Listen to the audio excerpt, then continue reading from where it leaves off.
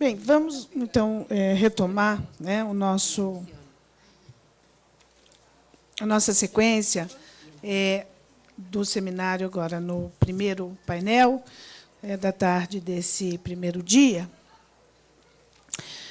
Agora com a apresentação, então, por parte do Manuel Pires, do Uruguai, né, a apresentação, então, da proposta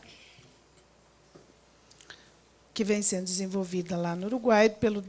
O Manuel Pires é chefe do Departamento de Investigação e Proposta do Ministério do Desenvolvimento Social do Uruguai.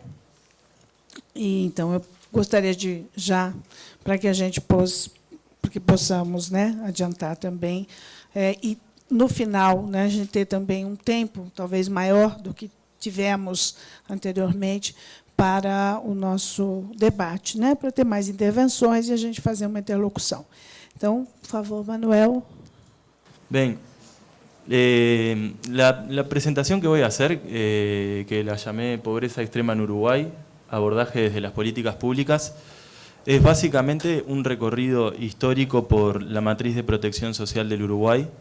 Vamos a hacer una presentación en este breve tiempo que tengo muy sucinta y general, a riesgo de que sea un poco caricaturesca en algunos casos, de la historia de protección social en el Uruguay desde la perspectiva de lo público, comenzando la historia por los comienzos del siglo XX, donde se consolida una matriz de corte universalista en el Uruguay con una fuerte impronta del Estado consolidando una matriz de protección social pública, y que va cambiando a lo largo de los años durante el siglo XX y hasta el siglo XXI en lo que va de él, e incorporando algunos elementos en respuesta a los nuevos riesgos sociales. Entonces se va configurando una matriz de corte universalista como fue concebida originalmente, con una amplia cobertura efectiva, pero que sin dejar de ser universalista, esta matriz va incorporando algunos componentes o dimensiones de trabajo y de políticas más específicos, entre ellos el componente de trabajo con pobreza extrema específicamente. Entonces, vamos a estructurar la presentación en tres partes. Una primera que es un repaso de los comienzos de esta matriz de protección social, hasta llegar al hoy. Y en realidad es un repaso histórico porque va desde el pasado hasta el hoy, y también pretendo plantear algunos desafíos que tiene la matriz en el futuro y algunas líneas que están trazadas para el futuro. Entonces, lo primero es la caracterización de esta matriz. Lo segundo, el abordaje y la descripción del componente de la protección social específicamente orientado a la promoción de la igualdad y a la superación de la pobreza, no solo a la pobreza, sino a la promoción de la igualdad. Y el tercer componente, la tercera parte de la presentación, va a ser específicamente ya concentrarnos en lo que refiere a pobreza extrema. Entonces, la primera parte, principales rasgos de la matriz de protección social en el Uruguay. Tempranamente, como les comentaba, en el siglo XX, Uruguay ya tiene una matriz de protección social bastante consolidada, de tipo, incluso hay algunos que dicen que el Uruguay fue antes un Estado que una nación. Uruguay cimenta primero las bases del Estado y después se va constituyendo una identidad nacional, es lo que dicen algunos y es bastante compartible. Entonces, tempranamente en el siglo XX, Uruguay ya tenía consolidada una matriz de protección social de corte universalista, servicios universales para toda la población, y con una amplia cobertura efectiva. Además de que eran diseños de tipo universal, efectivamente la población de Uruguay accedía a esos servicios que el Estado desarrollaba. Esto se sostiene, y acá voy a citar a Carmen Midaglia, entre otros académicos que estudian el tema en el Uruguay, se sostiene en base a 4 pilares o 4 ejes fundamentales. El primero es un amplio sistema de asistencia sanitaria y de salud, algo que se continúa hasta hoy. Uruguay tiene un sistema muy amplio de salud pública. Un segundo componente es el sistema de educación pública, que también desde comienzo del siglo XX y se mantiene hoy, se desarrolla en Uruguay un gran sistema de educación pública en el Uruguay con un amplio acceso a la educación. El tercer componente de esa matriz de protección social históricamente ha sido un sistema eficaz de regulación de las relaciones del mercado laboral. Y el cuarto componente son las efectivas políticas de retiro de la fuerza de trabajo. Tradicionalmente Uruguay ha tenido el mercado laboral bastante formalizado y con un efectivo acceso a los beneficios de la seguridad social. Esa es la caracterización de la matriz hasta mediados del siglo XX. Hacia finales del siglo XX y lo que va del siglo XXI, corresponde señalar al menos 3 movimientos grandes que operan en la protección social en el Uruguay, que voy a comentar muy rápidamente. Uno ocurre en la década de 1980, que es la proliferación de programas asistenciales. Estrechamente vinculado a la emergencia de la pobreza y a la conceptualización de la pobreza como tema de abordaje político, comienzan a desarrollarse un montón de programas muy focalizados, orientados a mitigar algunos efectos concretos de problemas relacionados con la pobreza. Son programas focalizados con objetivos muy concretos, poblaciones objetivo definidas, que van directamente a mitigar alguna consecuencia de la pobreza. Un ejemplo es, por ejemplo, la creación en el Uruguay del sistema de comedores y las canastas alimentarias, que es un programa que ofrece alimentación a todas las personas en situación de pobreza, o pobreza extrema más bien, está un poco indefinido. Un segundo movimiento ocurre en la década de los 90 y quizás es la continuación de este movimiento que comentaba, que es la generación de programas asistenciales. En ese movimiento en el que empiezan a surgir muchos programas que vienen a complementar los servicios universales, se empieza a relacionar los programas sociales focalizados con la vinculación a derechos. Y ya no es solo la concepción de mitigar alguna problemática asociada a la pobreza, sino que se empieza a vincular y a establecer algunas condicionalidades de los beneficios de los programas al ejercicio de algunos derechos, típicamente la educación y la salud. Y un tercer movimiento, que es el más reciente, es el de la llegada al gobierno en el 2005 de un primer gobierno de izquierda en el Uruguay, que es el gobierno del Frente Amplio. En el 2005 llega el Frente Amplio al gobierno con un fuerte énfasis en las políticas sociales. Entonces hay un gran trabajo público sobre la matriz de protección social, que si bien ya había en el Uruguay componentes específicamente de la política orientados a la pobreza y a la pobreza extrema, toma la pobreza y la pobreza extrema y la igualdad como un eje estratégico de la gestión política. Se propone, más allá de los componentes específicos que existan, hacer una política orientada a la promoción de la igualdad y a la superación de la pobreza y la pobreza extrema.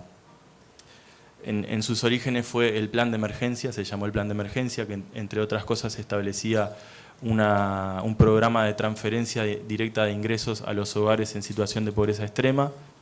Se amplía la cobertura de las asignaciones familiares a los hogares con menores y se desvincula la asignación familiar a la participación del mercado formal de trabajo. Se establece en ese marco que todos los hogares con presencia de menores en situación de pobreza cobran una asignación familiar, reciben una transferencia directa de ingresos.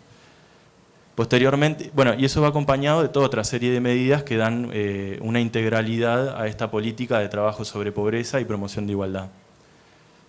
Posteriormente eso se reformula en el plan de equidad y actualmente el marco conceptual o el plan estratégico se llama en realidad, que engloba esta política, es la reforma social.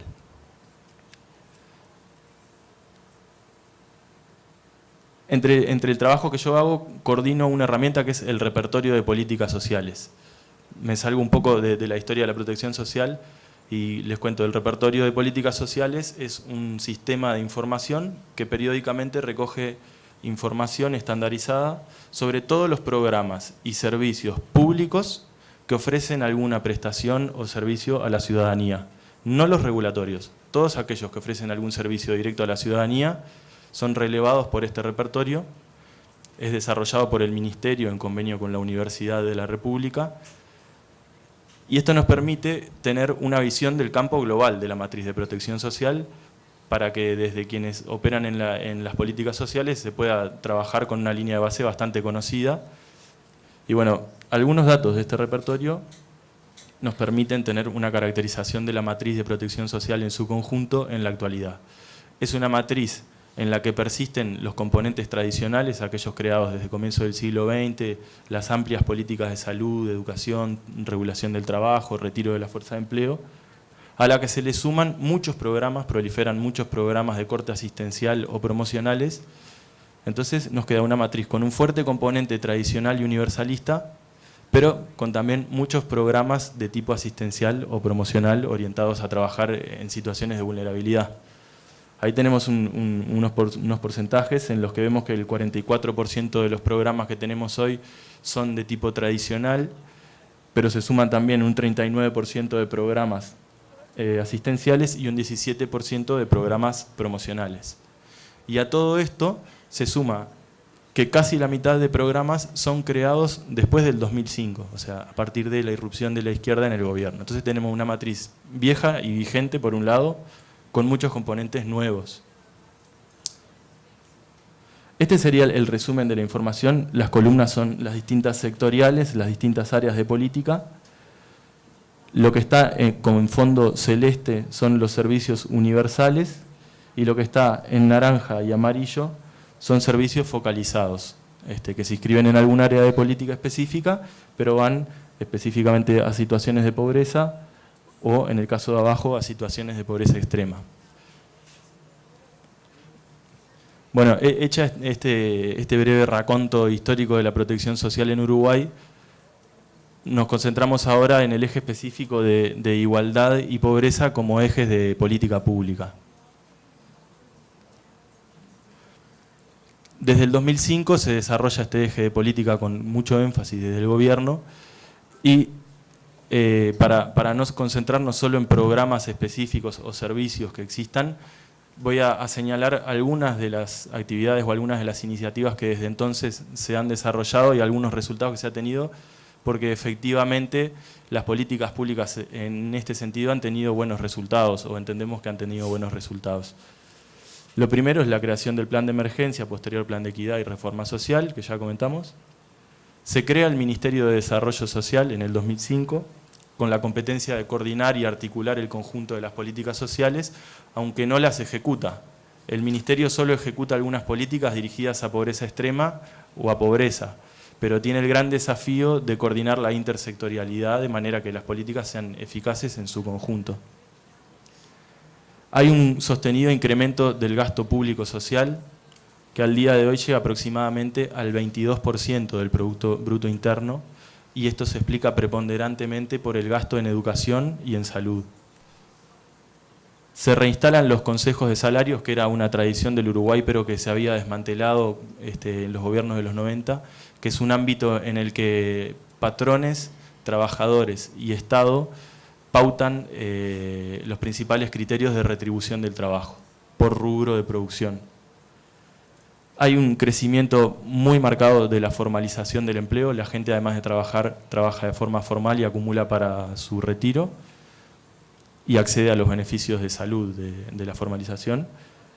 Hay una reforma muy grande de la salud que amplía las capacidades de acceso a los servicios sanitarios.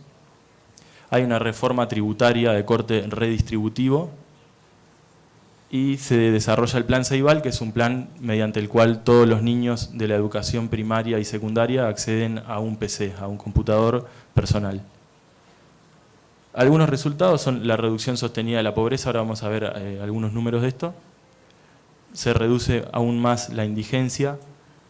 Hay mayor igualdad, se reduce la desigualdad, vamos a decir. 600.000 niños acceden a la asignación familiar actualmente. Bueno, crecimiento de la formalización, se reduce el desempleo. Al día de hoy el desempleo es del 6,6% y en el 2011 llegó a ser del 6,0%, que es un número histórico. El salario real creció mucho desde 2005 hasta 2011 y, bueno, y todos los niños acceden a una computadora por el sistema educativo. No me voy a concentrar demasiado en los números. Además, Mariano Nascone me dijo que le molestaba cuando alguien del sector público mostraba indicadores, pero solo para encuadrar un poco esto, algunos números de la evolución de la pobreza y la pobreza extrema en Uruguay. Algo que no aparece acá es la crisis del 2001-2002, que afectó a toda la región, que es cuando Uruguay alcanza los picos máximos de pobreza y pobreza extrema. Llega a ser en el 2004, como coletazo de la crisis, 40% de las personas se estima que estaba bajo línea de pobreza. Acá tenemos datos del 2006 y lo que está en rojo es el índice de pobreza de personas y en azul pobreza por hogares. está en el 13,7% en Uruguay la pobreza por personas y en 9,5% los hogares.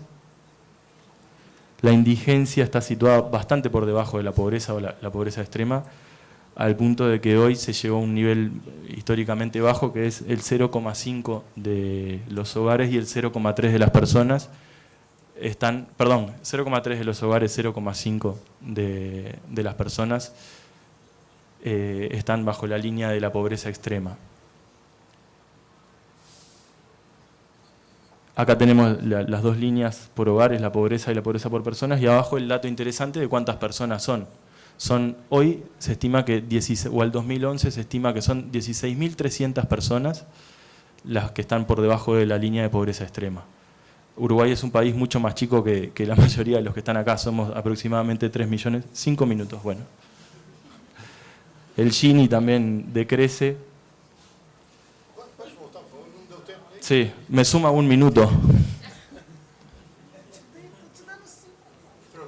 El Gini creo que es el más bajo de la región, pero en un contexto, en una región sumamente desigual en la distribución del ingreso.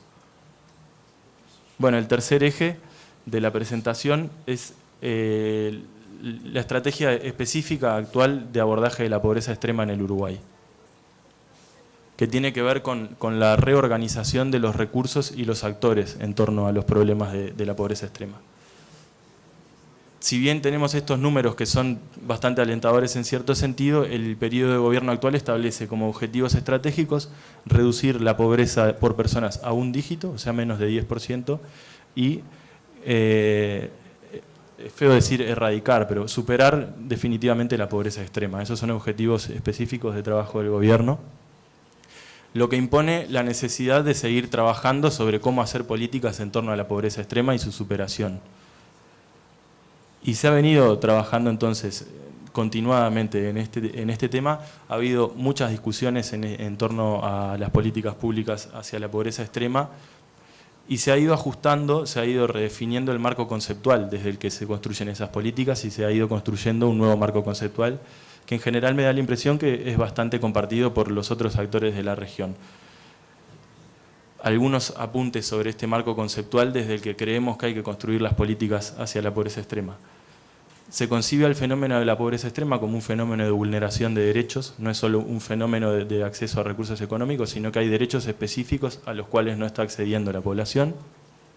Un fenómeno multidimensional, multicausal e intersectorial. Nosotros hoy tenemos pocos casos relativamente de pobreza extrema, lo que nos indica que por lo menos en términos de ingresos está siendo efectiva la política, pero nos estamos chocando con otros problemas que no son, por ejemplo, de capacidad para el empleo, que era algo que preguntaban por ahí, sino que son otro tipo de problemas sociales muy duros que condicionan las situaciones de pobreza extrema, como consumo problemático de sustancias, violencia doméstica, demencia, bueno, varios. Pero hay otros componentes de fondo que hay que abordar de manera más puntual. Hay que concebir el problema de la pobreza doméstica, pobreza extrema como un fenómeno que afecta a poblaciones concretas. O sea, concebirla en función y orientada a las poblaciones que padecen el problema. Hay que concebirla también conociendo que la pobreza extrema se manifiesta en enclaves territoriales. De la mano con los fenómenos de segmentación socioterritorial, la pobreza extrema se concentra en algunos territorios concretos. Eso hay que tenerlo en cuenta también, creemos, para la planificación de políticas. Y por último, que es un fenómeno de exclusión crítica el de la pobreza. Quienes padecen pobreza extrema se entiende que se ven excluidos del acceso a otros ámbitos de la sociedad integrada. Entonces, en respuesta a esto, la estrategia hacia la pobreza extrema debe ser orientada al cumplimiento de derechos, con estrategias multidimensionales, coordinadas y articuladas entre sí y con las distintas sectoriales o áreas de la política, orientadas a poblaciones concretas y flexibles, en este caso a los 16.300 que hay hoy. El ideal de esto sería la construcción de una política o una manifestación de una política caso a caso, hogar a hogar o colectivo a colectivo, con un fuerte anclaje territorial y generadoras de inclusión, o sea, estrategias que sostengan la superación de la pobreza extrema, no simplemente superar un umbral de un ingreso, sino que se genere la inclusión y la integración de las personas. todo entonces este marco conceptual y esta definición de criterios estratégicos para la política plantea el desafío de reorganizar los recursos y los actores de manera de aproximar las capacidades de los sujetos a las oportunidades que los servicios públicos ofrecen. O sea, es preciso para estos casos concretos que todavía quedan de pobreza extrema acercar lo que ya existe de lo público o en algunos casos modificarlo o en algunos casos crear nuevos recursos públicos, acercar a las capacidades que tienen hoy los sujetos y también contribuir a que esas capacidades se amplíen. Este es el esquema al que tratamos de apuntar, entonces, más allá de una matriz por áreas en el que solo se contempla el servicio, el esquema de organización de los actores y recursos entendemos que debe estar centrado en el caso de la pobreza extrema. En el centro tenemos un redondel, que es el hogar en situación de pobreza extrema, circundado por equipos territoriales de abordaje familiar. Entendemos que el Estado tiene que aproximarse al hogar y tener un equipo multidisciplinario que trabaje con ese hogar y sea capaz de aproximar las estructuras de oferta del sector público y fomentar las capacidades de los sujetos también para que se produzca el diálogo entre las dos partes. Y el círculo gris indica dispositivos territoriales. Es importante que el Estado también esté presente con oficinas o con centros de participación en los territorios concretos en los que hay que trabajar en la superación de la pobreza extrema. Y todo esto, toda esta estrategia debería propiciar la revinculación y la integración de los hogares y las personas en pobreza extrema con algunos dispositivos que ya existen, amén de que deban ser reformulados en muchos casos. Tenemos un componente socioeconómico que tiene todos estos programas, componente sociolaboral, componente habitacional, componente sanitario. Todo lo que hay dentro de los cuadros son programas o servicios que ya existen, pero deberían reorganizarse de esta manera, entendemos. Componente de protección a situaciones de especial vulneración, componente de sostenimiento de ingresos, esas son las transferencias directas de ingresos, componente de orientación y promoción social y componente alimentario. Una de las preguntas que se hacía hoy era sobre si había componentes de capacitación laboral para pobreza extrema.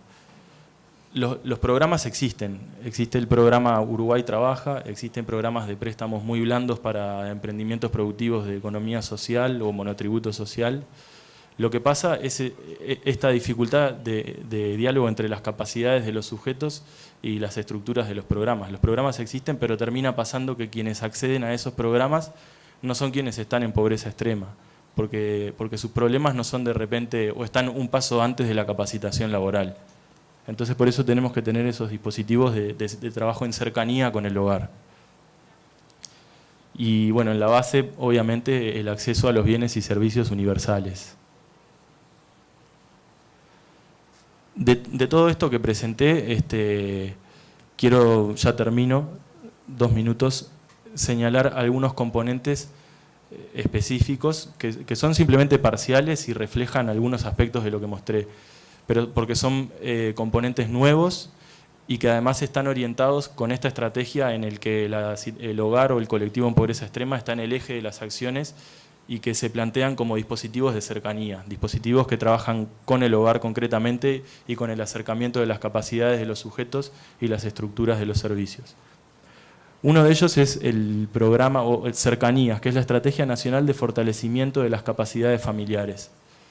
Esta estrategia, entre otras cosas, crea los equipos territoriales de abordaje familiar. Son equipos multidisciplinarios que trabajan con los hogares que así lo deseen en situación de pobreza extrema y plantean, junto con el hogar, desarrollan una estrategia a 9 meses, una estrategia de desarrollo del hogar, que lo revincula con algunos servicios públicos, pero que bueno, maneja integralmente todos los servicios públicos y las capacidades de los individuos y los hogares. Esto es nuevo, es de este año. Otro programa de este año es Jóvenes en Red, que también tiene dispositivos de cercanía con equipos que trabajan en situaciones de pobreza extrema en el territorio y que también se propone trazar planes de trabajo junto con los participantes del programa orientados a la inclusión laboral y educativa de jóvenes entre 14 y 24 años que están desafiliados del sistema educativo y que tampoco participan del mercado de trabajo formal. Va a ese segmento de población. Un tercer componente es Uruguay Crece Contigo, que es un programa orientado a consolidar un sistema de protección social integral para primera infancia y también tiene dispositivos de trabajo en territorio. Y el nuevo modelo de gestión territorial del Ministerio, que prevé instalar centros de participación del Ministerio en territorio. Algunos desafíos, por último, que se plantean entonces para consolidar esta estrategia o esta visión estratégica del trabajo en pobreza extrema. Primero, afianzar el abordaje de la pobreza extrema como efectivamente una línea permanente de trabajo de gobierno, como una línea permanente de trabajo pública, superación de la pobreza extrema. Segundo, consolidar la interinstitucionalidad. Hay muchas instituciones que trabajan por múltiples áreas de política que llegan a un mismo territorio y es necesario que la coordinación interinstitucional llegue a ese territorio, que llegue a ese nivel de la gestión política. Bueno, lo de la organización y de los actores y los recursos para acercar las capacidades y las estructuras de los servicios públicos, ya lo hemos dicho. Es preciso también fortalecer el trabajo con familias hogares. En esto tiene que estudiar, tiene que trabajar la política pública uruguaya para efectivamente tener buen desempeño en eso. Y es preciso también fortalecer el trabajo en territorio, mejorar sistemas de información. Tenemos algo así como el Cadastro Único de Brasil, que es el sistema integrado de información del área social, pero es preciso consolidarlo a los efectos de la gestión. Y por último, quizás todos los primeros son desafíos instrumentales, pero por último el gran desafío es el de efectivamente sostener los procesos de superación de la pobreza, que existan políticas efectivas de superación de la pobreza.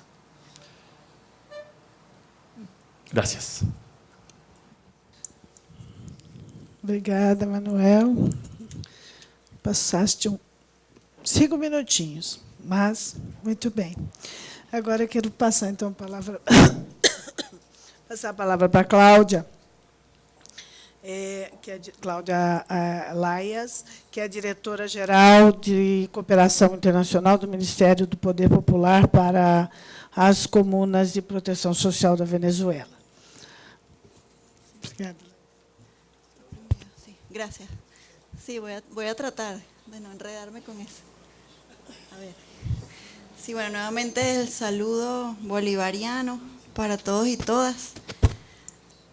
Fíjense, en este primer acercamiento que hacemos desde Venezuela, este espacio ya de manera formal o ya como miembros plenos, en principio tratamos de sistematizar alguna información en el instrumento que hizo el Instituto Social de manera de poder presentar la información de manera un poco más organizada.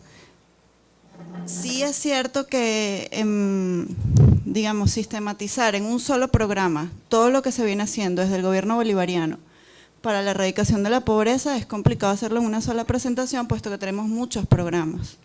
En materia social, en Venezuela nosotros tenemos tantos entes encargados como pueden haber ejes en el PEAS, por ejemplo. Y eso tiene que ver con una profunda convicción del gobierno bolivariano sobre la necesidad de darle prioridad al tema social, pero además de eso tiene que ver con la profunda deuda histórica que había en Venezuela en el año 1999, cuando el gobierno bolivariano asume la conducción política y el proceso de transformaciones. ¿Qué les cuento en principio de lo que pasaba en Venezuela? Más o menos hasta el año 1998. Hasta el año 1998 la inversión social apenas era un 36%, el 55% de los hogares venezolanos se encontraban en situación de pobreza. En el año 2002 ya ha entrado el gobierno, tengo que hablar más despacio, ya con en marcha la política del gobierno bolivariano. En el año 2002 tuvimos el golpe de Estado petrolero, que fue una profunda inflexión en la política social, y en ese año ya la pobreza estaba en el 31%, según la metodología de las necesidades básicas insatisfechas. Para ese mismo año hablamos de un 13% de hogares en situación de pobreza extrema. Es una de las cifras que podemos mostrar. Las imágenes nos hablan de una altísima conflictividad social, una situación en la que la intervención del Estado se requería. Bueno, eso creo que no hace falta que les cuente, bueno, lleva un golpe de Estado, una cantidad de transformaciones que se dan producto de, bueno, cómo las recetas de los diferentes entes multilaterales tenían una situación de pobreza a toda la población venezolana. Si pasamos a la siguiente, por favor. En el año 1999 se sanciona la nueva Constitución. La nueva Constitución Nacional nos habla de la creación del Estado social de derecho y de justicia. El elemento de la justicia viene a ser fundamental en cuanto asumimos que la acción del Estado debe tributar justamente a atender aquellas situaciones en las cuales no se regulan por sí mismas. Es decir, en Venezuela no creemos en manos invisibles del Estado, ni en otro tipo de mecanismo, sino que tiene que haber un mecanismo regulador que permita llevar esa situación a ese estado de justicia. Con la construcción de la democracia participativa y protagónica, que es lo que sanciona nuestra Constitución Nacional en el año 1999, hablamos de un aumento de la inversión social que pasa a ocupar hasta el año 2011 más del 60% de los ingresos fiscales, una soberanía en el uso de los recursos petroleros, era lo que les comentaba en nuestras palabras de inicio. En Venezuela el modelo petrolero, por su propia naturaleza rentista, nos llevaba a una situación en la cual, bueno, eso generaba grandes inequidades en la sociedad, pero en el momento en el que el gobierno bolivariano toma el control de esos recursos, en el momento en el que la explotación, el uso del recurso petrolero pasa a ser de manera soberana por parte del gobierno nacional, hay también un cambio, se crean las misiones sociales, que no son otra cosa que programas sociales que se hacen con el uso de los recursos petroleros.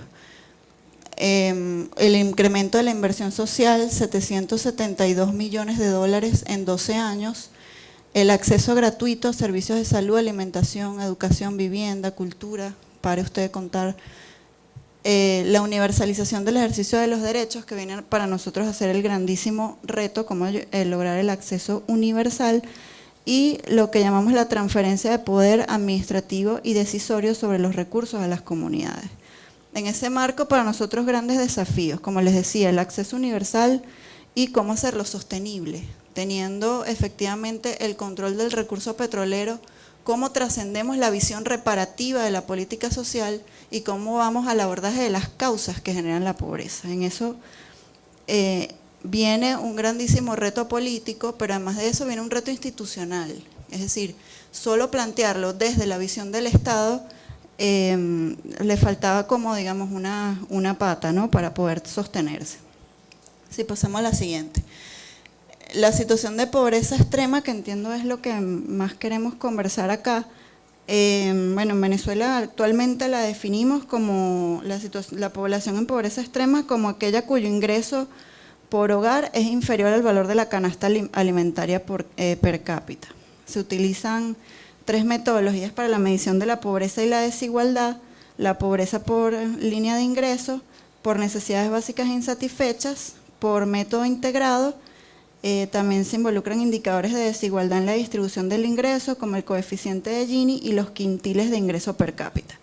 La información se levanta a través de la encuesta de hogares por muestreo, siendo este el instrumento que constituye el punto de partida de los indicadores sociales de corte semestral producidos por el Instituto Nacional de Estadística. Ahí ya les estoy dando un dato, que es que efectivamente los indicadores se producen a nivel de ese gran Instituto Nacional de Estadísticas y es es la metodología principal que estamos utilizando en este momento. La siguiente. Con respecto al tema de las transferencias monetarias, que viene quizás a ser el método de intervención más usado cuando hablamos de pobreza extrema.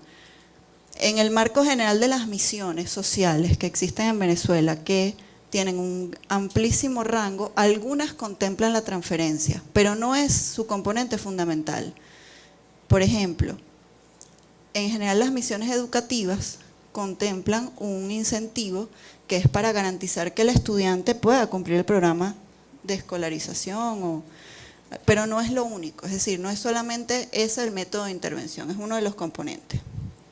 Ya en el año 2010, sobre la base del avance en materia social y teniendo algunos logros en acumulado, se hace un análisis a nivel de todo lo que es la vicepresidencia social, que ya les voy a contar exactamente a qué se refiere, y bueno, se determina que persiste un núcleo duro de 8,6% de personas en situación de pobreza extrema, y se decide implementar una visión mucho más holística, no solamente de la misión, digamos, de manera, el programa de salud, el programa de educación básica, de alfabetización, de educación superior, cultura, deporte, puedo nombrar muchas, sino que pasamos a grandes misiones. Una gran misión lo que viene es a buscar la articulación en lo que llamamos órganos superiores, que lo que vienen es a dirigir esos procesos desde la intersectorialidad. Eso buscando construir sistemas de prevención, protección y seguridad social, que es en este marco lo que más aplica. Sin embargo, en este momento tenemos 4 grandes misiones en marcha. La Gran Misión Vivienda Venezuela, que inicia en el año 2010 y lo que viene es articular, yo les puedo quizás mañana contar con un poco más de detalle de la Misión Vivienda, es una experiencia que expresa la intersectorialidad de manera muy importante. Tenemos la Misión Agro Venezuela, la Misión En Amor Mayor y la Misión Hijos de Venezuela, que yo se las voy a explicar un poquito más adelante. Pero lo que quería resaltar acá es que para lograr esa intersectorialidad tenemos en Venezuela organizado el gobierno nacional en lo que llamamos vicepresidencias. Esas vicepresidencias a su vez crean los órganos superiores dependiendo del ámbito de trabajo. En nuestro caso, bueno, el Ministerio de las Comunas es parte casi de todas las vicepresidencias por su naturaleza, por el trabajo con la comunidad. Y bueno, la vicepresidencia social lo que viene es a articular todos esos programas, todos esos ministerios en sus diferentes tareas. Si pasamos a la siguiente, en lo que desde nuestro marco, la anterior, por favor. Desde nuestro marco constitucional, en lo que es la construcción de la democracia participativa y protagónica, no es, digamos, el espíritu de lo que mueve al gobierno nacional es la transferencia de poder al pueblo. Eso en el marco de la construcción del poder popular. Poder popular no es más que es la organización de la comunidad en torno a un proyecto. Por ahí está un boletín que aprovecho de hacer propaganda que hicimos, explica un poco a qué se refiere. Y en el marco de la transferencia del poder al pueblo y en la creación de gobiernos comunitarios, que es lo que buscamos hacer, transferimos saberes, transferimos métodos, lo que llamamos el ciclo del poder comunal, que básicamente es la asamblea de ciudadanos y ciudadanas reunidos, deciden cuáles son sus problemas más sentidos y cómo resolverlos, de eso se trata. Y la transferencia de recursos para la administración y gestión de las organizaciones del poder popular. Eso en ese marco de transferencia de poder al pueblo, nuestro núcleo de base para el trabajo en la comunidad es el Consejo Comunal. El Consejo Comunal, ya regulado por leyes orgánicas, lo que es la reunión de las familias que viven en un determinado espacio territorial. Es decir, la clave del Consejo Comunal es el territorio. Depende si es rural o si es urbano, puede ser un poco más o menos grande, pero en el Consejo Comunal es a donde confluyen las políticas públicas del Estado. Es decir, no solamente el Ministerio de las Comunas debe trabajar en la base del Consejo Comunal, sino que todos los ministerios y todas las acciones del Estado deben confluir para transferir el poder a ese Consejo Comunal. Es un reto institucional muy grande, pero lo hemos definido como la unidad dialéctica Estado-Pueblo organizado. Para la siguiente, por favor. Para explicarles cómo se lleva esto a la realidad y tender el puente hacia el tema de la pobreza extrema, yo les traje 4 experiencias que serían, digamos, las que de manera general vienen a tratar el tema de la pobreza extrema, en principio asociado a la situación de calle, aun cuando sabemos que bueno, el tema de salud, el tema de alfabetización, el tema de discapacidad también están muy asociados a la pobreza extrema, pero un poco para poder sistematizar, ¿no? La misión Niños y Niñas del Barrio es la que se crea por la problemática de los niños en la calle. Es una misión que se crea en el año 2008, pero tiene una visión, digamos, una intervención en la cual sea la propia comunidad quien pueda tributar a erradicar la situación de calle en su propio espacio territorial. La Misión Niños y Niñas del Barrio brinda atención integral a niños, niñas y adolescentes separados de su medio familiar, que consumen sustancias psicoactivas, que son víctimas de explotación laboral o que están en situación de riesgo social. Hasta el momento hemos logrado atender 2.081.258 niños a través de la Misión Niños y Niñas del Barrio. ¿Cómo se hace eso? Pasamos a la siguiente. La misión tiene varios programas. Uno de los programas es el Plan Nacional de Inclusión Familiar. Es decir, partiendo de que la visión debe ser la de la inclusión del niño o del adolescente en su propia comunidad o en la familia, y no, digamos, de que el Estado, la visión tradicional en la cual el Estado lo coloca en un centro aislado, se lanza el Plan Nacional de Inclusión Familiar, que lo que busca es el reintegro familiar, la colocación y promover mecanismos de adopción. Hay algunos datos allí que no me voy a detener en ellos, y si seguimos un poco más adelante, hay varias experiencias que, bueno, creo que la presentación queda para todos ustedes, pero tenemos centros comunales de protección integral, casas comunales de abrigo, unidades de protección integral, diferentes tipos de programas que la base de ellos es que son programas gestionados por el propio Consejo Comunal.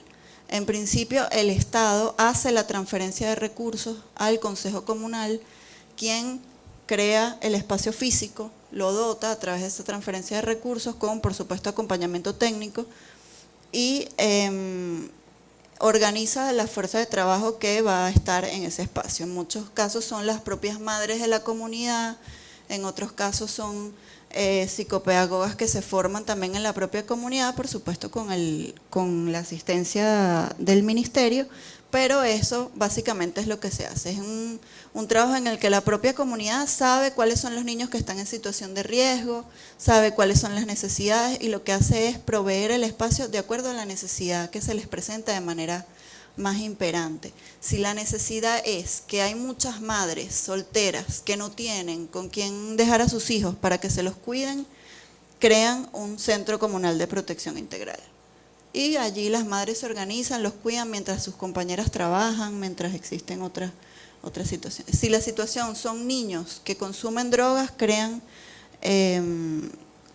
una unidad de protección especializada. Es decir, en eso hay los diferentes programas. Si pasamos a la siguiente, la presentación queda para ustedes. Está el tema de los adolescentes trabajadores. No partimos del hecho de que el trabajo infantil deba ser, digamos, erradicado por sí mismo, en el sentido que, bueno, hay prácticas originarias, existen una cantidad de asuntos que el Estado debe reconocer, pero que sí debe dignificar. Por supuesto, eso no tiene que ver con las peores formas de trabajo infantil que establecen las convenciones de Naciones Unidas, sino que tiene que ver con ese tipo de prácticas, es decir, reconocer que el adolescente trabajador, su práctica debe ser dignificada, y para eso tenemos algunos centros también con el trabajo del Consejo Comunal. Y aparte de eso, otro de los mecanismos, si pasamos a la siguiente, es ya el mecanismo de organización de los niños, niñas y adolescentes. Es decir, partiendo de que existe una sociedad, un modelo, que es el que genera exclusión, que es el que genera vulnerabilidad, que es el que genera unos valores que se autorreproducen y que hacen que el niño o la niña o el adolescente esté en situación de riesgo, promovemos mecanismos de organización. Está el Semillero de la Patria Simón Bolívar, que es lo que hace es promover valores, y la Colmenita Bolivariana, que trata el tema de artes escénicas. Eso con lo que respecta a niños, niñas y adolescentes. Si seguimos a la siguiente, luego para hablarle ya de los adultos, tenemos la Misión Negra Hipólita, 5 minutos. La Negra Hipólita fue la nana de Simón Bolívar. ¿Y qué teníamos antes de eso en Venezuela? En Venezuela lo que teníamos era la ley de vagos y maleantes. Es decir, una estigmatización permanente de la persona en situación de calle, que bueno, lo que tenía que venir era la policía y llevárselo preso. Entonces, bueno, con el trabajo de la Misión Negra Hipólita se incluye el tratamiento terapéutico, se incluye la inclusión socioproductiva y otros mecanismos que en determinado momento estaban orientados a la pobreza extrema, pero ya en esta fase, luego de haber avanzado la misión, desde su creación, en este momento la situación de calle se presenta por adicción a drogas y alcohol, se presenta por problemas psiquiátricos, es decir, el mismo deterioro de ese tejido social es lo que genera la situación de calle, ya habiendo superado esa fase de pobreza general. También se trabaja en centros, también de manera corresponsable con el poder popular, con los consejos comunales, digamos, en su mayoría centros donde se da la atención primaria y luego pasan a comunidades terapéuticas dependiendo de la naturaleza, si son hombres, si son mujeres. Tenemos un centro también para atención a las personas sexodiversas en situación de calle, es decir, se van especializando dependiendo de la necesidad. Hasta el momento tenemos 33 centros a nivel nacional y podemos atender al mismo tiempo 2.125 personas. Un poco el histórico de lo que ha sido la misión a nivel de captación, eso no quiere decir que ese sea el universo de personas en situación de calle, sino a nivel de captación, es decir, cuántas veces reincide. Tenemos 16.535 personas hasta el año 2011 y 5.104 hasta ahora. Es un trabajo que se viene reforzando desde la misión un poco para trascender esa visión, digamos, de estigmatización, ¿no?, de la situación de calle. Si seguimos a la siguiente, ahora les voy a hablar de las dos misiones, grandes misiones que se lanzaron en enero de este año, para la atención de la pobreza extrema, como les comentaba, sobre la base de un diagnóstico de haber avanzado hacia unas metas, hacia unos objetivos en materia de pobreza, y sigue restando un piso duro al cual desde la revolución vamos a atender. Estas grandes misiones comenzaron en enero, por eso cuando en el instrumento se hacían quizás preguntas sobre, bueno, cómo incide en el PIB, una cantidad de cosas, está difícil porque acaban de empezar. Pero bueno, compartir con ustedes, sí, estos dos sí son mecanismos de transferencia condicionada. En principio, la gran misión Hijos de Venezuela son venezolanas y venezolanos que estén en pobreza crítica, tengan un ingreso familiar inferior al salario mínimo nacional, que es de $476 en este momento, y aborda fundamentalmente mujeres embarazadas, adolescentes embarazadas, madres responsables del cuidado de personas con discapacidad que por la complejidad de su situación y por los altos niveles de dependencia exigen cuidados de dedicación exclusiva. Y se consideran sujetos de atención las familias donde los padres se encuentran desempleados o se registra en el hogar un ingreso menor al salario mínimo. Hasta ahora, tanto la Gran Misión Hijos de Venezuela como la que les voy a mencionar a continuación han partido de una metodología de registro, es decir, las personas debían ir a un registro en el Estado como potenciales personas que califican de acuerdo a estos perfiles, y luego de eso pasamos a una fase de visitas casa por casa. Eso partiendo de la necesidad de contactar, de entrar al hogar en situación de pobreza crítica y no solamente hacerlo a través del mecanismo de la transferencia, sino que en el momento en el que tú contactas a la familia puedes incluir el resto de los programas que ofrece el gobierno bolivariano. Y con eso tenemos un mecanismo que busca ser más integral. En la Gran Misión Hijos de Venezuela hasta ahora se registraron 1.212.709 familias. Ese es un número que se va a actualizar en la medida que ese proceso de visita casa por casa se cumpla, porque en este momento está en pleno desarrollo. La siguiente. La Gran Misión en Amor Mayor tiene que ver con el acceso a la seguridad social a través del mecanismo no contributivo. Igualmente, venezolanos o extranjeros que radican en el país con más de 10 años y cuyos ingresos sean inferiores al salario mínimo nacional. Igualmente, también pasó por una fase de registro, va por una fase de visitas casa por casa, pero lo que busca es universalizar el acceso a la seguridad social. Resultados generales, que ya para terminar. Sí, vamos a avanzar. Resultados generales. Tendencia creciente del índice de desarrollo humano, que pasó del 0,756 en el 2011, pasó al 0,756. El porcentaje de personas en situación de pobreza extrema descendió al 8,6% para el 2011. El índice de Gini se ubicó en 0,390. Incremento de la inversión social y de los ingresos de forma estructural al pasar al 60% entre 1999 y el 2011. Y la ampliación y mejoría de los servicios sociales, de vivienda, todo lo que han sido los sectores populares excluidos tradicionalmente. Como ven, para nosotros había por ahí una encuesta que decía que Venezuela es el país más feliz de Sudamérica, pero tiene que ver justamente con el trabajo, eso que llamamos la unidad dialéctica, Estado-Pueblo organizado, tiene que ver con el método de la corresponsabilidad y sobre todo tiene que ver con la forma en la cual el poder popular se asume corresponsable y protagonista de todo el proceso de cambios y transformaciones.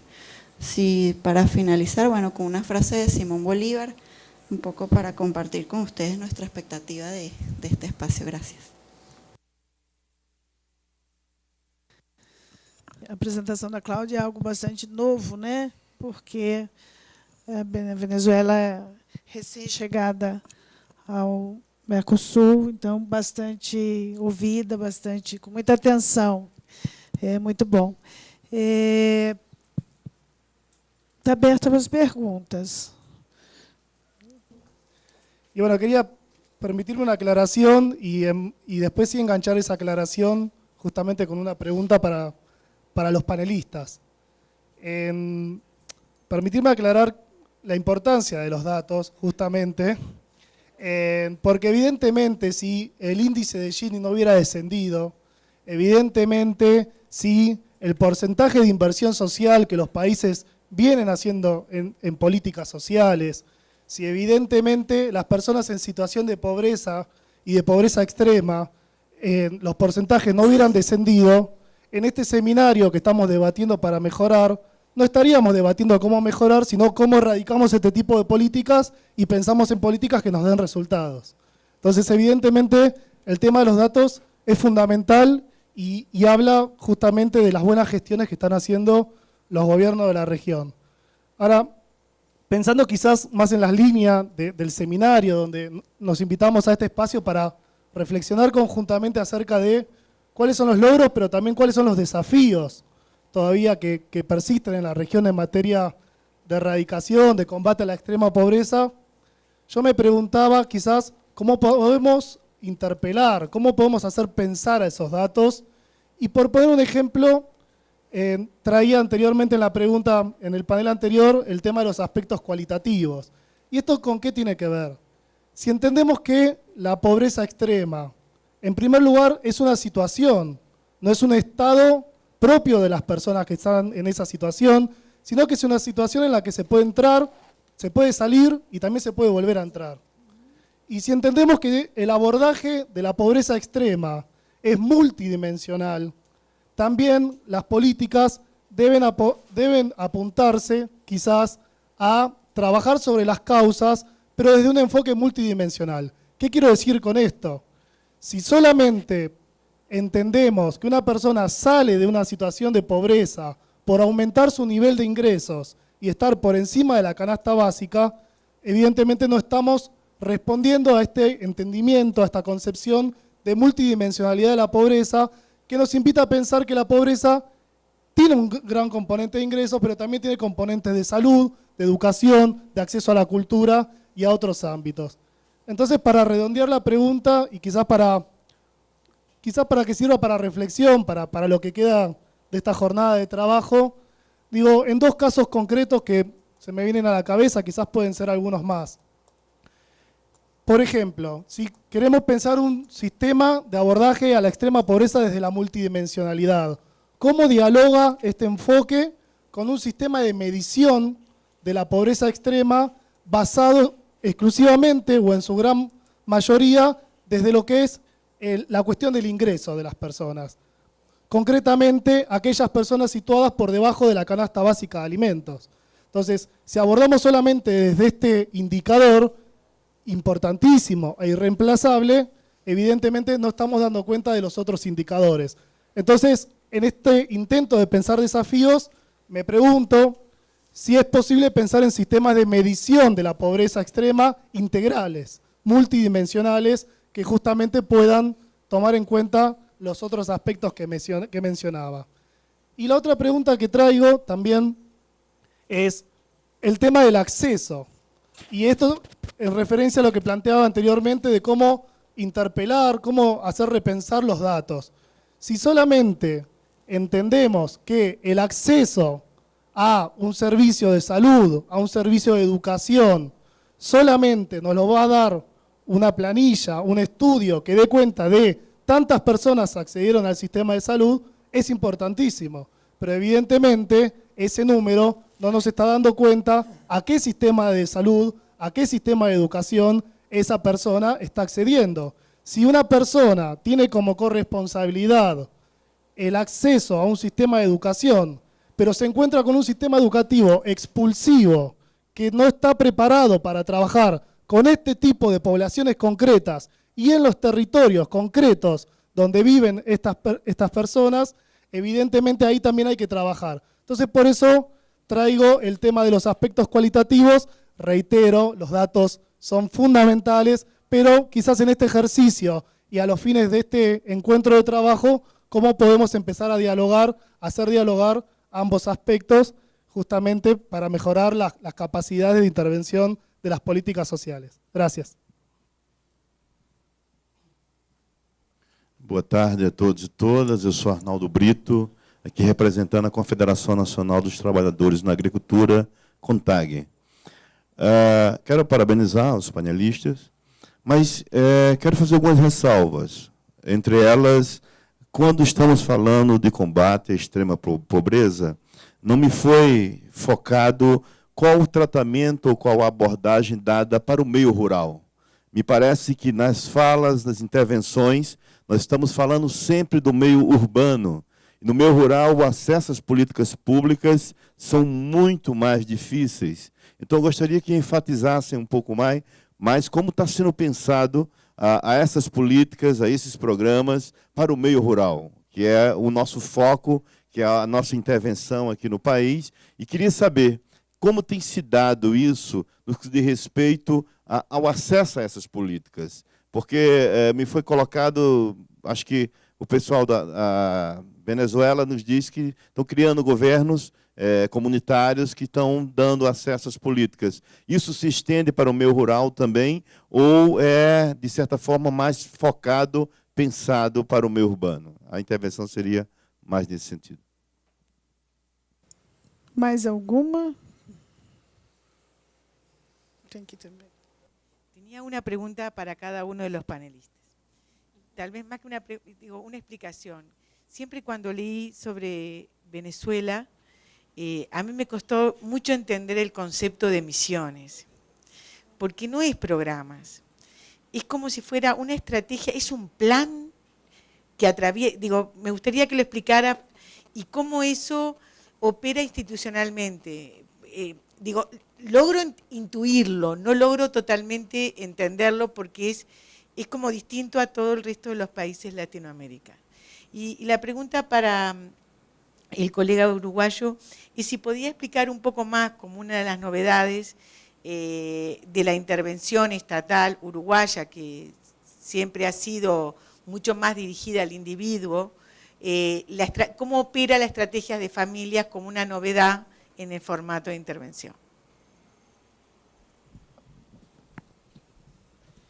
Sí, mi pregunta iba un poco, esto planteado entre los desafíos, ¿no? Y un poco este concepto de esta dimensión vertical de la pobreza en términos de esta población venezolana, o en el caso de Uruguay, que América Latina tiene, el caso de Venezuela es 90% de las exportaciones son petroleras, o sea,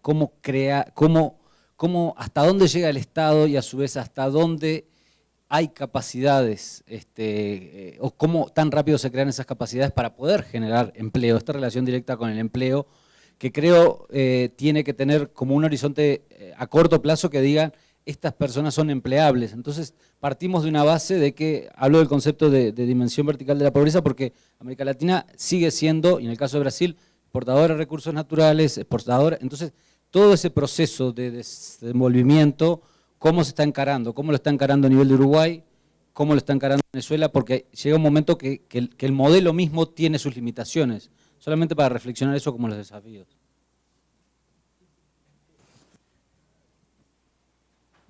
Yo no voy a hacer preguntas, voy a hacer 2 o 3 reflexiones, como siempre, polémicas. Me presento, yo soy Cristian Mircea, el director del Instituto Social del Mercosur. La primera reflexión tiene que ver con la estrategia de movilidad ascendente.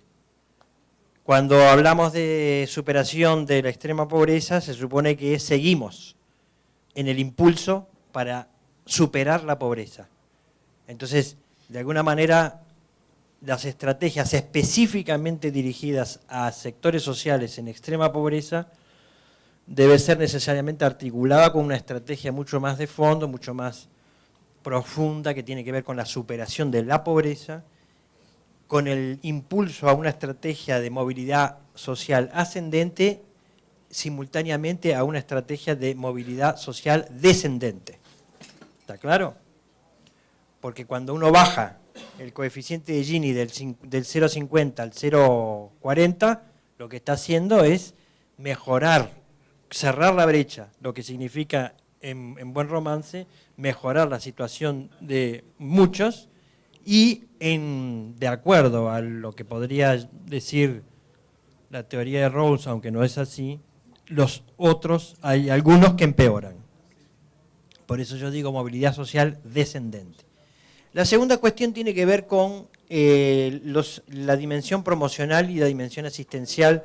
Emanuel, cuando hace la presentación de sus programas, habla de aquellos programas con énfasis en lo promocional y otros de carácter asistencial. Yo creo que hay que hurgar un poco más, examinar un poco más la significación de la dimensión promocional, sobre todo en algunos sectores sociales que, yo creo que en general, en todos, pero en particular en algunos sectores sociales en donde es más importante incluso la dimensión promocional que la dimensión asistencial. La dimensión asistencial básicamente es intrínseca e inherente a toda política social. O sea, no tiene nada que ver con el asistencialismo, o si se quiere, podría ser una degeneración, una desnaturalización, pero es importante pensar en esto de la dimensión promocional incorporada a toda política social, ¿sí? Bueno, y la tercera tiene que ver con lo territorial. Ahí la clave es cómo participan los actores locales, cómo participan los actores sociales, para que efectivamente haya una llegada, como dijeron la mayoría, el Estado va hacia la población, no espera que la población vaya a buscar soluciones. Pero en ese ir hacia los sectores sociales me parece que tiene mucho que ver las capacidades institucionales en territorio. Me refiero básicamente a las capacidades burocrático-administrativas en territorio y también a las capacidades de actores sociales locales para contribuir. Muchas gracias y perdón por la... Bem, gostaria então que nós já fôssemos fazendo as falas e já se despedindo, né, porque nós já estamos, são 18h06, então se 5, 6 minutos, né, para todos poderem estar falando, tá? Posso iniciar contigo, Vani? ¿A Cláudia? Sí, gracias. A ver, respondiendo puntualmente, el tema de la pobreza en el medio rural. Efectivamente, los programas que yo mencioné se concentran en el medio urbano porque, bueno, en nuestro caso la situación de calle en su mayoría es una situación que se presenta más en el medio urbano que en el rural. Sin embargo, la conformación y consolidación de gobiernos comunitarios a través de la construcción del poder popular es una política de alcance nacional. En este momento en Venezuela existen poco más de 43.000 consejos comunales. Lo que varía en este caso es cómo está compuesto el consejo comunal. Si es el medio rural, pueden ser alrededor de 50 o 100 familias. Si es el medio urbano, puede ir de 500 hasta 2000, dependiendo de la complejidad del espacio. Pero lo importante es converger en el territorio. Efectivamente, como yo les comentaba, a través del ciclo del poder comunal, lo que garantizamos es que sea el propio Consejo Comunal quien define hacia dónde quiere ir y cuáles son los ámbitos que quiere priorizar. Siendo un Consejo Comunal que está en el ámbito rural, efectivamente tiene una naturaleza y la intervención del trabajo con el Estado tiene también otra dimensión. ¿Qué son las misiones? Sí, bueno, es un tema, ¿no? Eso genera a veces muchas preguntas, pero tiene que ver con el reto que significa construir la democracia participativa y protagónica, tiene que ver con el reto de crear o de superar la estructura del Estado tradicional con el cual nos encontramos en el año 1999 y con el cual, con esa estructura del Estado, no hubiésemos podido avanzar hacia lo que tenemos hoy en día.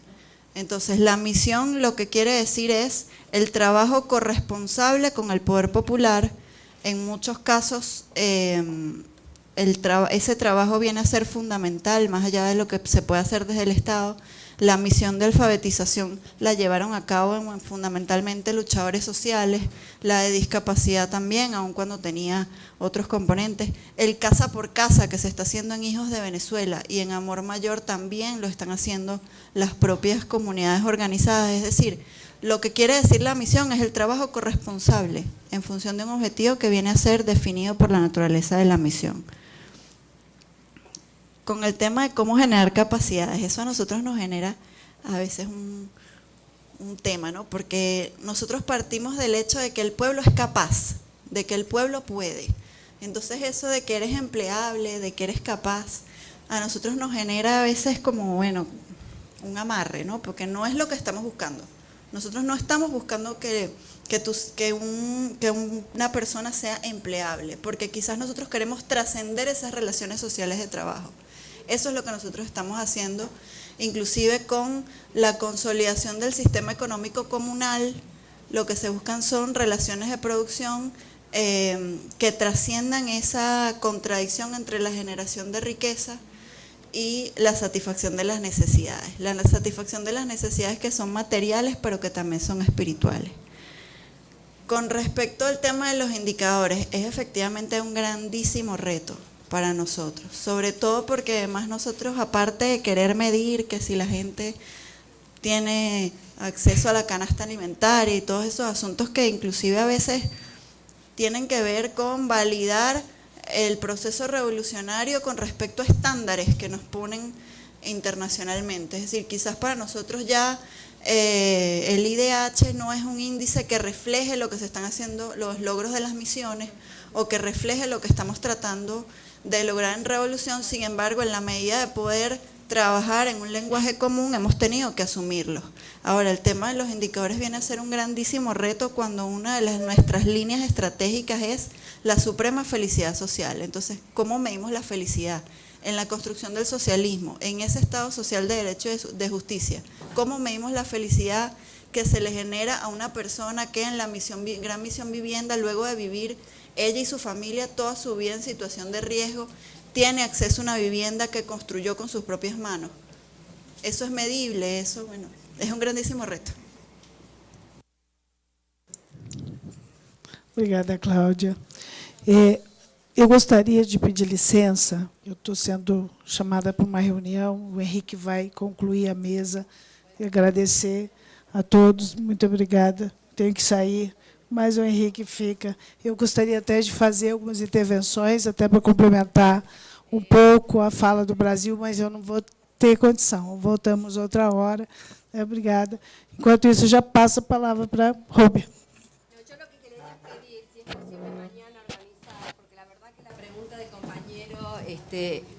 No, que yo quería pedir si mañana se podía organizar un poquito, responder estas preguntas, porque en consonancia con lo que decía la compañera de Venezuela, el concepto de misión en la Argentina nosotros le llamamos operativos, digamos, como para El tema de las capacidades también es un debate. El tema del trabajo rural, que a nosotros nos costó sacarle al sindicato los negocios que tenía con el sector con la sociedad rural argentina, poder colocar en otra dimensión el reconocimiento del trabajo rural y el reconocimiento de las estrategias de vida de las personas como un capital, no como una carencia. Desde esa perspectiva, quisiéramos si mañana pudiéramos profundizar, porque hay cuestiones conceptuales que hacen a cómo se encaran las políticas públicas. Y si uno parte de la no existencia de capacidades, nosotros decimos, la renta le ponía techo, y lo que la política pública debe hacer es generar pisos. Pisos para que no se vulneren las estrategias de sobrevivencia, pisos que van a romper nuestra estructura de concepción capitalista del trabajo, pisos que van a romper nuestra concepción de lo que es capacitación y educación. Muchos pisos que rompen esquemas que venimos desde el capitalismo generado y que, bueno, si hablamos de un capital humanizado, porque todavía estamos en eso, por lo menos transitemos el capital humanizado. Claro, agradeço a María Elena, paso la palabra para Manuel. Solo un minuto. Lo de las capacidades es una cosa que también mañana podríamos discutir, porque a mí la frase, comparto la frase de que el pueblo es capaz, pero también hay que llenarla un poco de contenido y hay que ver capaz de qué y quién es capaz de qué, porque no partir digamos, de la base de que hay algunas dificultades de capacidades puede ser un poco engañoso. Si nosotros tenemos la intención de que los niños asistan diariamente al sistema educativo, yo no sé si las capacidades de un hogar con un padre golpeador, de todos los miembros del hogar, con consumo problemático de sustancias a diario, tiene las capacidades de al día siguiente sostener una dinámica de vida en la que el niño vaya a diario al sistema educativo y atienda sus necesidades de salud. Entonces, creo que el pueblo es capaz, pero que hay que matizar un poco. Y solo la respuesta al compañero en cuanto al medio rural, que es lo más crítico en el caso de Uruguay, entiendo yo. La respuesta es que Uruguay tiene una deuda con eso. El panorama es que cerca del 90, no sé bien este dato, pero 90 o 95% de la población en Uruguay vive en el medio urbano. O sea que el medio rural en términos relativos es pequeño y en términos específicos también porque somos poca gente. Lo que no justifica que no haya estrategias específicas de trabajo en ese medio, que las hay, pero son muy parciales. En teoría, todos los recursos y los servicios que yo presenté hoy son accesibles al medio rural, pero no tienen un componente específico orientado a que el medio rural efectivamente acceda a ellos. Bueno, sí, Carmen conoce, me hace un apunte que es el Consejo de Salarios, la negociación tripartita de los salarios entre patrones, trabajadores y Estado, tiene una línea de trabajo que es el Consejo de Trabajo, el Consejo de Salarios de los Trabajadores Rurales, que ha establecido algunas legislaciones de trabajo rural, ha establecido la jornada laboral de 8 horas y el salario mínimo para los trabajadores del medio rural. Obrigado, Manuel. Agradecemos a Cláudia, a Maria, a Game e ao Manuel pelas palavras, os painelistas desta tarde.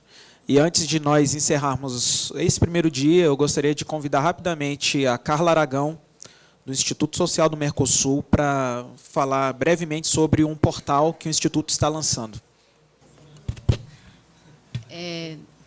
Voy a hacer un saludo en guaraní que me enseñó ahora Estela. Tandé Pirrere Porã, que buenas noches para ustedes, e vou seguir em português agora.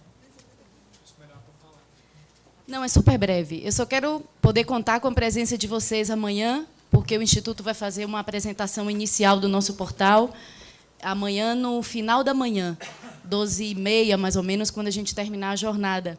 O portal ele vai estar numa fase de prova, de testes. As opiniões vão ser muito bem-vindas, porque vai estar no momento em que as contribuições vão poder ser agregadas. Só isso. Estava marcado para hoje à noite, mas como vocês souberam, na semana passada no Uruguai teve um sério problema com tornados e tudo, e isso impediu o andamento dos trabalhos, porque é uma empresa do Uruguai que está fazendo o portal do Instituto, que está no Paraguai e que vai ser lançado no Brasil. Então, melhor que isso, impossível. Tá bom? Então, amanhã a gente apresenta para vocês o portal. Obrigada. Obrigado, Carla. Bom, assim encerramos o primeiro dia de debates. Amanhã a gente tem 2 mesas, a primeira delas com acadêmicos e depois com a participação da sociedade civil. Começamos às 9 da manhã. Muito obrigado, uma boa noite a todos, até amanhã.